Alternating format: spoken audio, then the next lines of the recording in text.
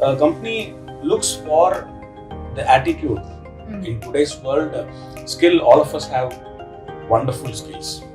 But the way that we project, the presentation matters a lot. So we need to focus more on presentation as we are all really skilled enough to prove ourselves that we are technically good.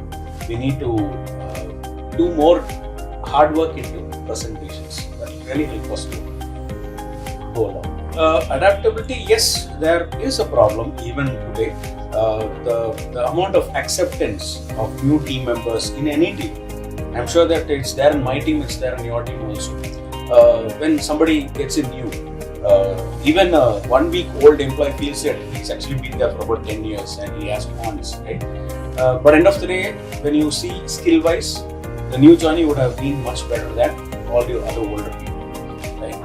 But we hardly recognize that if that manager is not able to find something that is to be corrected, I think manager is not up to the mark of really managing people, right? If I am able to identify this one particular person, like how you said, is not able to cope up with everybody, manage, adapt and all that, I would first talk to that one person first.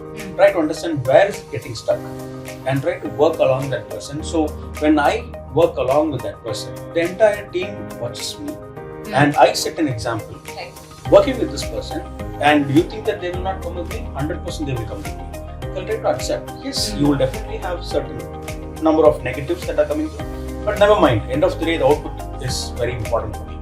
So as a manager, I need to sit with this one person rather than sitting with those 100 people there. I sit with this one person, fine tune it and get collaborated. At the end of the day, your work is done. If we have not been able to fulfill any expectations, let's be black and white and say that this is what happened, this we were not able to do, and that's the reason for this gap. We will try to identify it immediately. We will try to fix it immediately. If we are upfront in telling the business that this is what is happening, business is also happy to help us.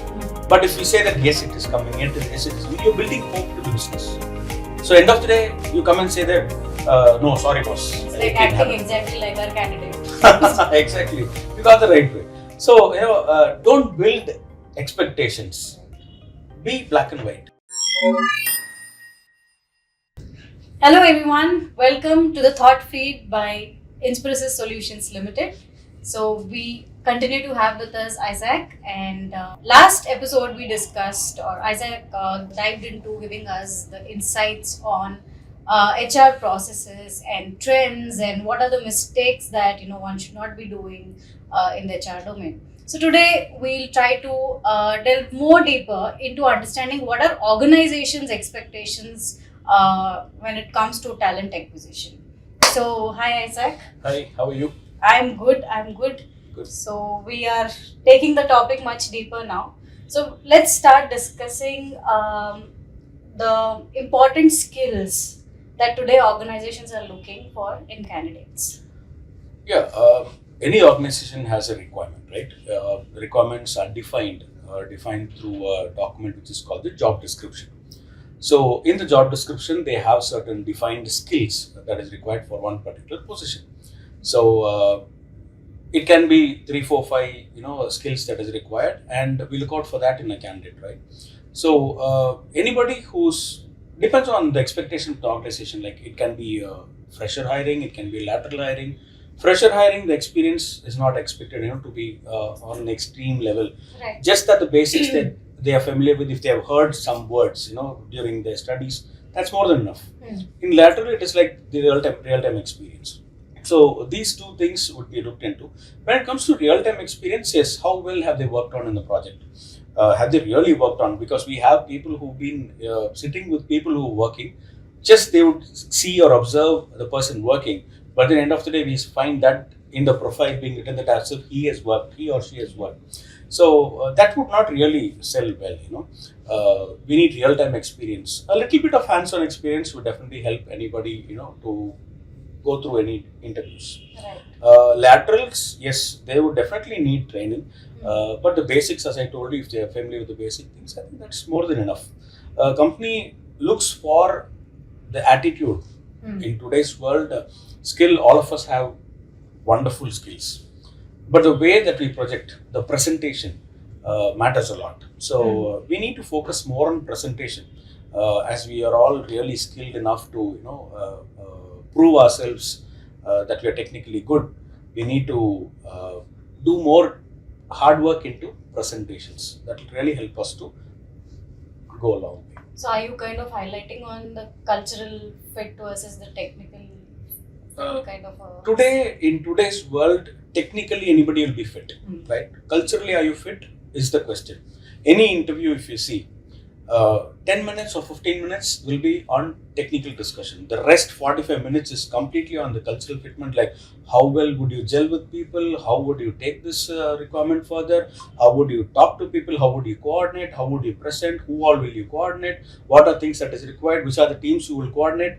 All these are only being monitored and checked with you, so that you actually have a very good relationship management with all the teams that you require.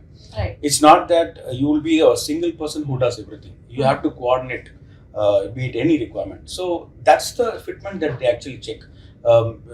Precisely getting into the adaptability and the flexibility of a candidate. That's more important in today's world. So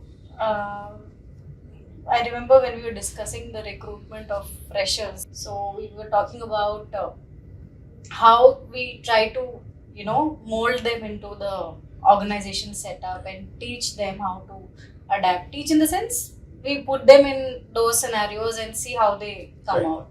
But do you think that is still a problem with experienced candidates as well when it comes to adaptability?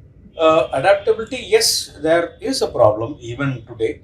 The amount of acceptance of new team members in any team, I'm sure that it's there in my team, it's there in your team also.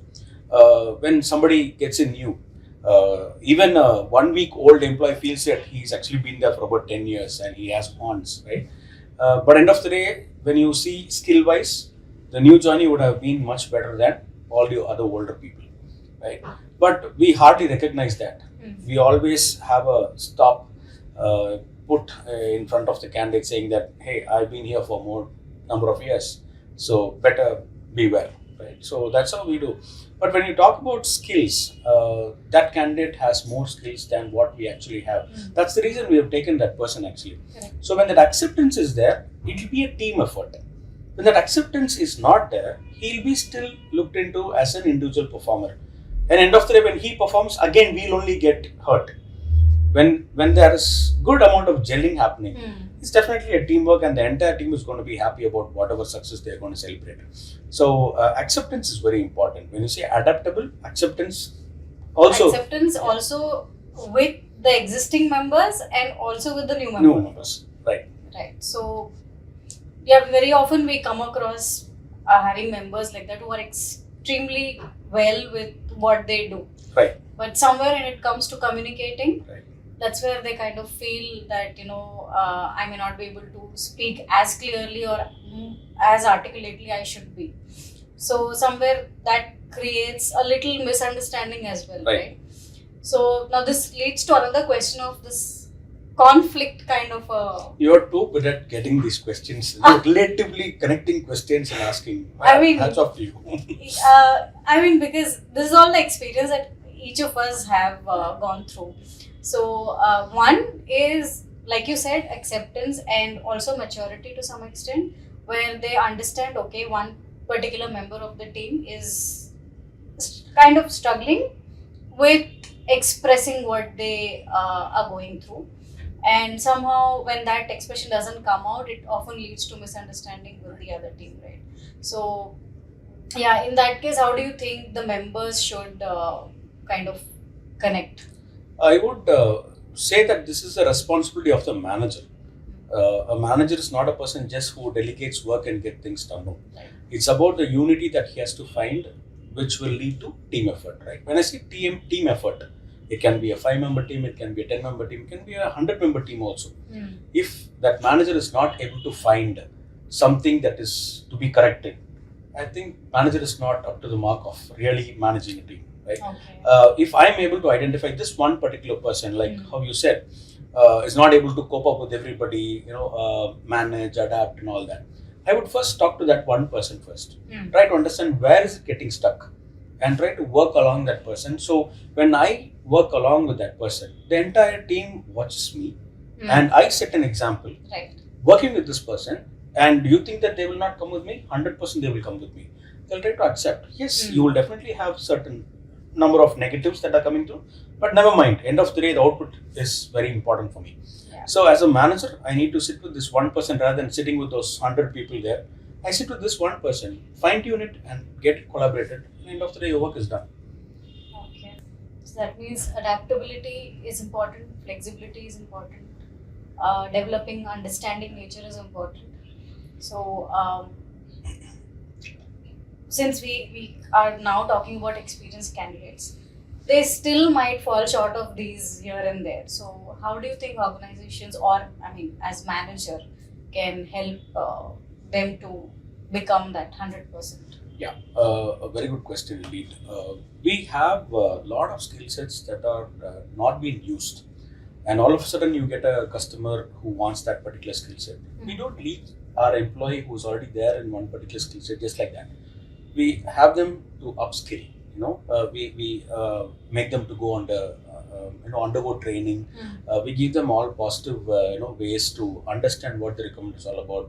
Try to teach them some technical aspects of how to deal with this particular project. There are a lot of insights that have been given to that candidate. We train a batch also. In fact, when we get a good project, when we get a huge project, as in where so many people are required. It's not that the company will leave all the current employees just like that, saying that we don't have a project. Right? It's not fair also, and no company does it. In fact, most of the companies follow training modules, to upgrade their employees. That I know an X skill. I want to teach my employees the Y skill also, so that they'll be able to adapt themselves to any project that they are getting up, and they'll be able to excel well also. So that's called cross-functional training, if you have heard this word, right? Yeah. So cross-functional training definitely works well because we can't be recruiting people as and when we require. We need to have somebody already in place. Many companies do not follow the bench policy also because it is a burden to the organization, and they would also not want to keep them idle for a long time. End of the day, you and I, if we are going to sit idle, I don't think it's going to boost up any, or we are not going to add any value there. Correct. Rather, we get bored, we don't know what to do, we chit chat. Finally, that becomes a profession rather than our technology. So we cross-functionally train them and upskill them and ensure that they are suitable for this particular requirement that is going to come, that we foresee, and we are equipped enough to handle that particular project. So yeah, training plays a very important role these days. So has it happened where you had a situation where you cross-trained people and ultimately their role changed and they took up some other role and fulfilled other responsibilities? Very much. Many organizations face this actually. You expect a Y project to come, but an X project came, or you expect an X project to come and a Y project came. It goes vice versa sometimes. So we should be equipped enough to handle these things because it is all about risk management stuffs. We can't say no to any customer also. So it is our responsibility to have people trained under what is required by the customer. That is very important. I think most of the organizations are very good in doing that. We had a lot of examples. We definitely trained an entire team, to be equipped for one particular project, and it was a successful implementation as also, which we did. So I think there are a lot of success stories, not only with me, for everybody whoever is watching this video also. They also have a lot of stories. So yeah, very much happening. So Isaac, do you have any examples of people who are cross-trained here? I have so many examples that I can tell you. One such example, who's interacting with me live now, you were recruited for? Yeah, writing. Okay. And working towards branding part as well. Okay, so that's what you were hired for. But now you've been trained. Rather than Isaac interacting with a ghost, I'm interacting with a wonderful host, right? So, it's not a joke. So it doesn't happen that easy. Any organization will not give you, just like that. But this organization has been really good, to make a writer to be a host, which is definitely something which you need to think that this company is investing on you to also play another role, Right. which you ideally really fit. It is like an exact role that you're exactly playing now. It's not an easy joke. Nobody wants to can become a hostess like that. It needs lot. It takes a lot of courage. You know how tough it is. I think you would have definitely gone through 9 baths before sitting in front of this camera. Yes. Yeah, and you would have gone in front of the mirror. You would have seen your face, this side, that side. You would want to think what color suits me well, what kind of slang should I speak, and what not. A lot of things would have gone through your mind. Correct. But then, end of the day, you are here as a wonderful host, doing an excellent job. It doesn't happen that easy, right? Same way, I had somebody in my own team who was into complete recruitment, and when I had asked if somebody wants to get into analytics, I had 3 people raise their hands, and finally we identify one person out of it. We train that person, and that person is doing extremely well today with HR analytics, trying to understand how the numbers are going on month on month. In fact, week on week, I'm monitoring them also. So it's definitely the interest that a person shows and the organization that is ready to invest. Right.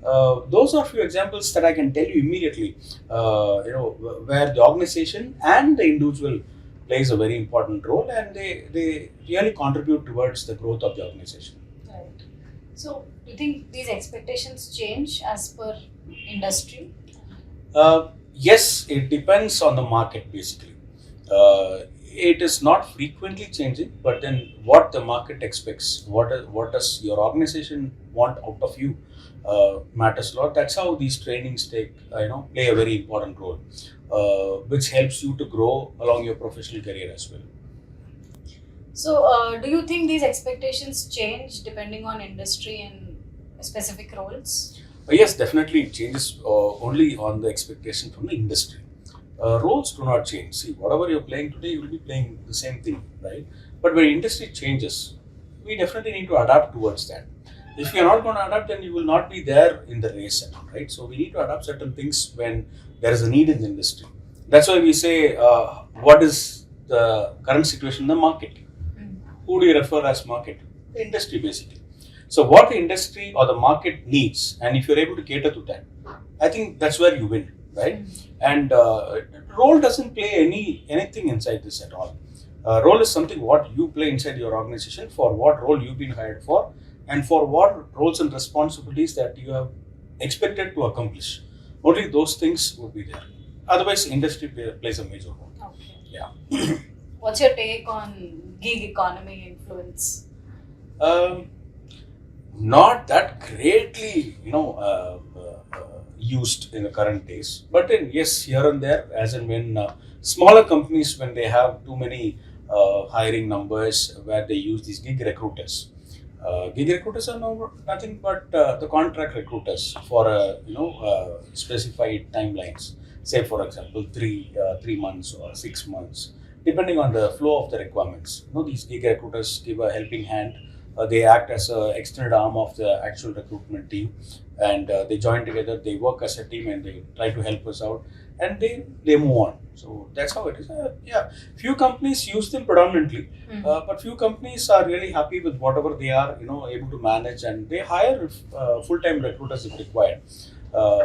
Not required that all the time you need to get into gig recruiters for help and all that. It's still manageable by most of the companies. So, does it, like you said, not all companies do it. So, does it mean that organizations are investing more on upskilling so that they don't need these gigs working for them? You can take it that way also, because recruiters actually play a very vital role in the organization. A recruiter, if you ask them, they'll be able to talk to you about an infra requirement, they'll be able to talk to you about a technical requirement, they'll be able to talk to you about a BPO requirement. They'll be able to talk about IT, non-IT, to be very precise, But when they are also taught about something else, they'll be able to easily adapt to that. They'll be able to understand what you talk, the expectations of business. They'll be able to understand, read, and learn. And the output will be very fast. not necessarily to go out for specialist people, because you have the time to adapt, with them also, right? The new people who are going to join with you as contract people or gig recruiters as such. That time taken can definitely be done with your recruiters also, right? So, where do you upskill otherwise? You need to give them an opportunity to upskill themselves, right? So that's how these are also done. And organizations are happy doing it. They see that it's a initiative taken by the recruiters themselves, an interest, a passion towards recruitment. How do you show your passion? Doesn't when you say I want to be a recruiter. Saying I want to be a recruiter doesn't make you a recruiter.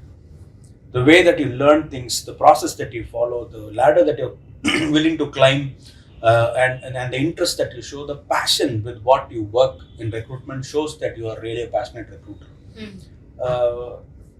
That's how I learn things also. When I learn more things and when I'm able to give more to my organization, the organization recognizes me. So I'm very proud, to say that I've been upskilling myself and to give more to the organization. Right? Because the organization trusts you, and in turn you need to give back to the organization so that the bond becomes more, and you grow to greater heights. So I mean, this entire upskilling, reskilling part, I think this will take like another episode. So I will come back to that question a little later.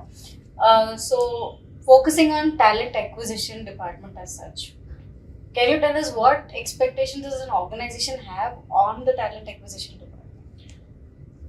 Again, this is a one-day topic that I need to talk to you, but then I'll cut it short. Talent acquisition actually is the backbone for any business. If you ask me, you can get a number of requirements, a number of clients, but when there is no talent acquisition team who can support in manpower supply, it's not going to work. Will it work? No. So we are the backbone, or I should take myself as a backbone, being a recruiter, such that I support the business. I do everything for the business. I understand the business needs. I support them. I give them a number of candidates to shortlist the way that they want a candidate to be in X, Y, Z skills. I need not define. It has been already defined by the organization or by the leaders who want, in the job description that we spoke earlier. So, helping them with the right candidate, right candidate for the right job, which even today we have it in the books. Getting a right candidate for right job is definitely the key to success. So a recruiter plays a very important role. And yes, we definitely hear a lot of memes or a lot of jokes with regards to HR. They have very less job, and recruiters they are more funny. We can easily play with the recruiters. But end of the day, I just want to tell everybody only one thing. A recruiter does not play. A recruiter does not fake out. A recruiter does not give you false promises, or a recruiter does not feel to give you any false commitments. But the main thing of recruiter is to give life not only to you, because of you, your entire family is happy. That's the main thing of any recruiter. Okay, a recruiter feels the most happiest moment when his or her candidate joins the organization. The same time, a recruiter feels the worst ever situation when his or her candidate declines the offer, or denies the offer, or refuses to join. On the last day, he would have had 90 days of notice period. He would have been followed till 88th day and 89th day evening. You will get a mail. I'm very happy about the way you had. The mails are so very nicely written with all ChatGPT today and all funky words and all that. Don't tell me. People are so creative these days. They bring all. They praise you a lot. That itself will tell you. Today, recruiters also. Bad news is about to come. Exactly. So whenever you get a mail, you say first thank you, and then that's how it has been projected. Right? So when I tell you this, when you see the mail itself, our recruiters today are very smart. When they read the starting, they'll understand that this candidate is declined or dropped off. It will be in such a way that it was wonderful to connect with you. It was amazing interview process. It was really comfortable coordinating with you for all these interviews. Thank you for giving me the opportunity. But unfortunately, I will not be able to join because of personal reasons. That's all. So for this one line, you will write, you will become a Maniratnam or a Shankar, a very good director or a story writer, what not to say, trying to figure out a full structure, and finally, the end of the day, you come and say, I will not. The messages, that's it. I will not be able to join the organization, that's it. So people are so creative these days, and the entire pain hits the recruiter so badly. For the next half a day or maybe even the entire day, the recruiter will not be in his mind actually. Many of them don't understand that. They take recruiters for a ride. The recruiter remembers that candidate for life. A few of them, it's obviously a profession. We cannot do anything, although the recruiter will definitely, have that in mind. But recruiters are so generous enough that they just leave it off. It's just a life, right? And it's going to be just another profile kinds. A day or two, people will be fine. But that hurt that they get because of false promises from the candidate side, the commitment, the trust that is being built. See, waiting for somebody for 90 days is never a joke. How many calls, how many frequent follow-ups, how many greetings or how many wishes. I know candidates who daily send good morning to people, to the candidates. They send greetings. It can be Diwali, Christmas, New Year, whatever it is. And they follow in such a way that they look at the candidate as if it's their own family member. But do everybody realize, or do they reciprocate the same way? No. So that's where we need to give them more importance. Treat them as people who give them job. Right? So that's very important, that we need to recognize every recruiter. It's very important that we recognize them. So, since the question was how organizations feel that how talent acquisition can fulfill their expectations. So how do you cope when such a situation happens where somewhere as a department we have fallen short of not being able to fulfill that expectation? If we have not been able to fulfill any expectations, let's be black and white and say that this is what happened. This we were not able to do, and that's the reason for this gap.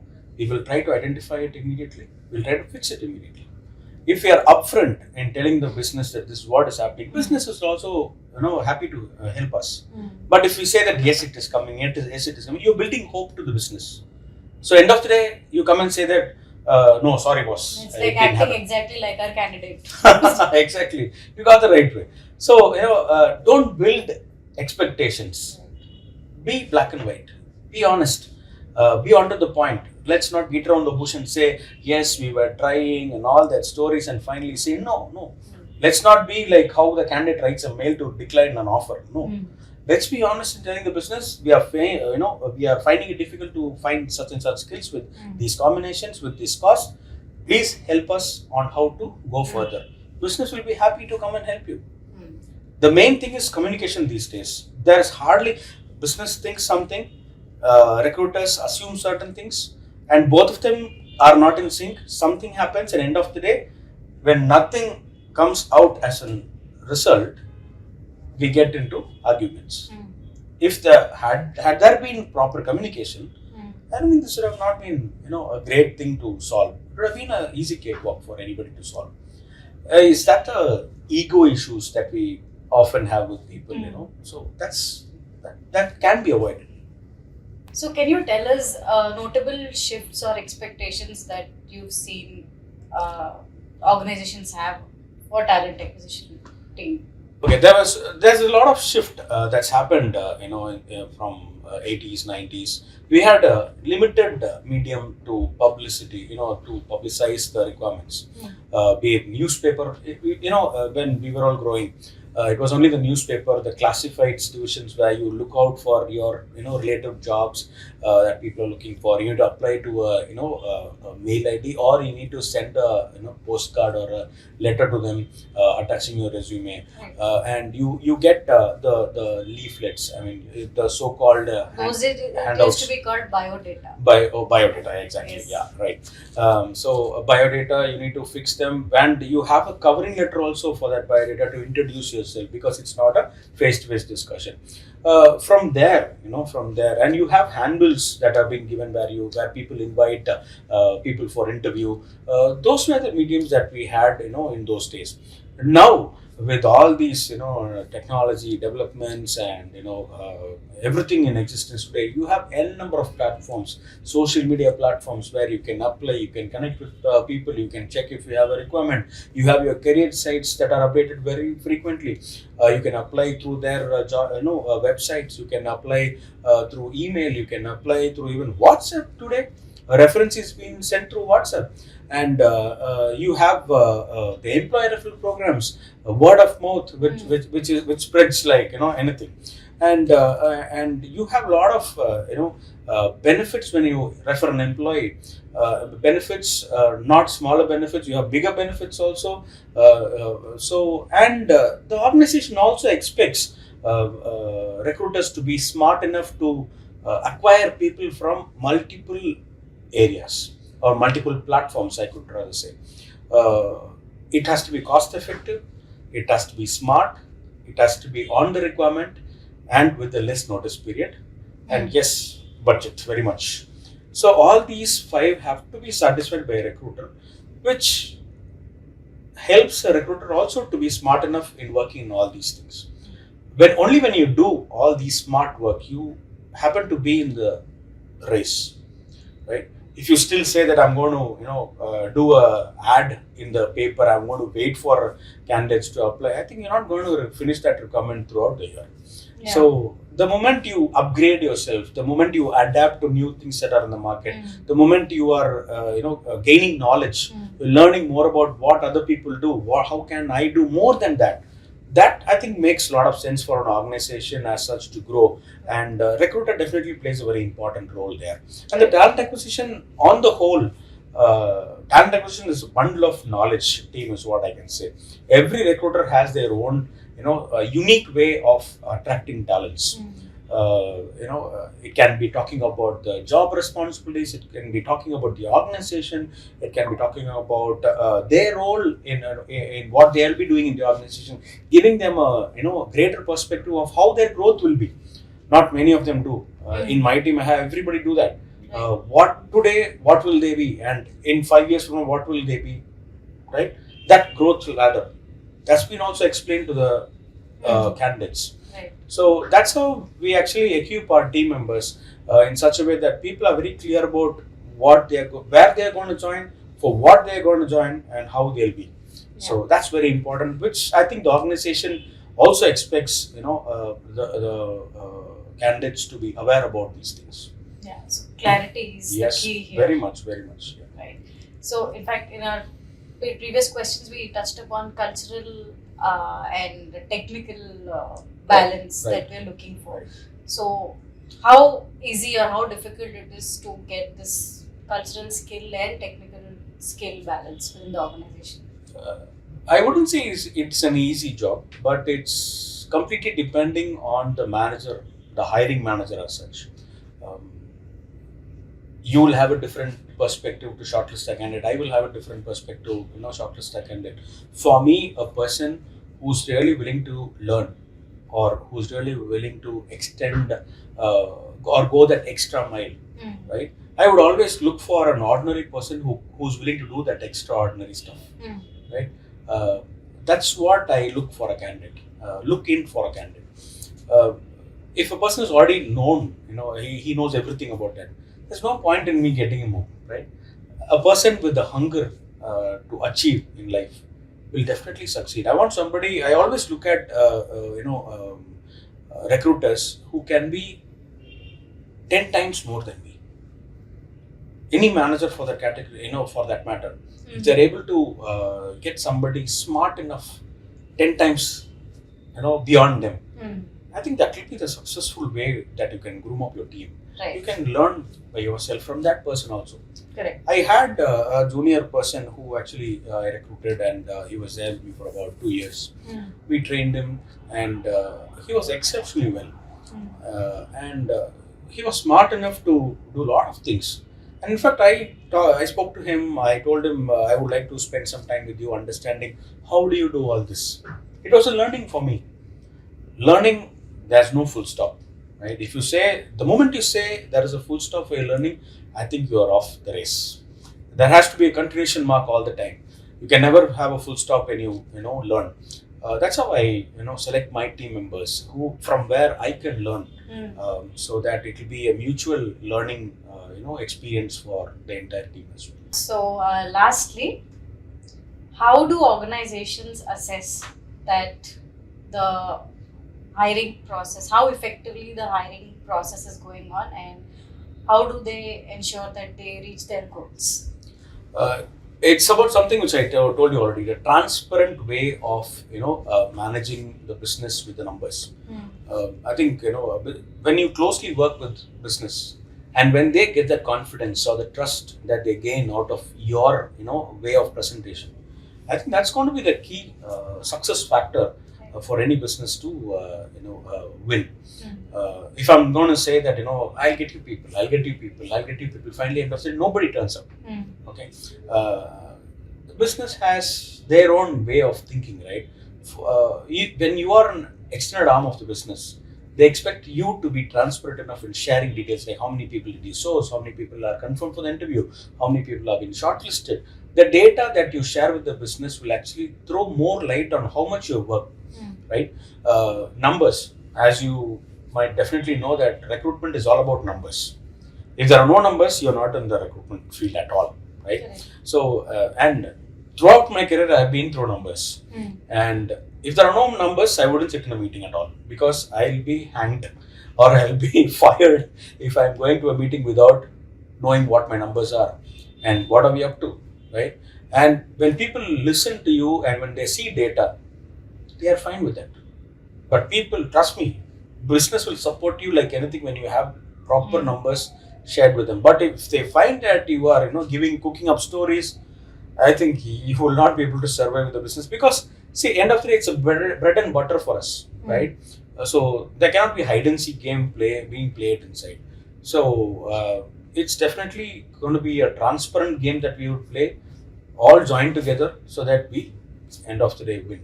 Right? Yeah, and have the right people in the organization, exactly. take the organization in the right direction. Very much. Very true. And they prosper, organization prospers. Definitely. Only when business grows, we Right. will all grow, right? Yeah. That's how we all say we all will grow together. Yes. People generally say we all will grow, we all grow. But when will we grow? Only when we do these type of hirings, Right. when we are transparent of sharing things and working together, talking together. That will be the best way to actually grow up. So on that note, this podcast will also keep growing. Wow. And next episode, maybe we are going to touch upon the most interesting topic of AI.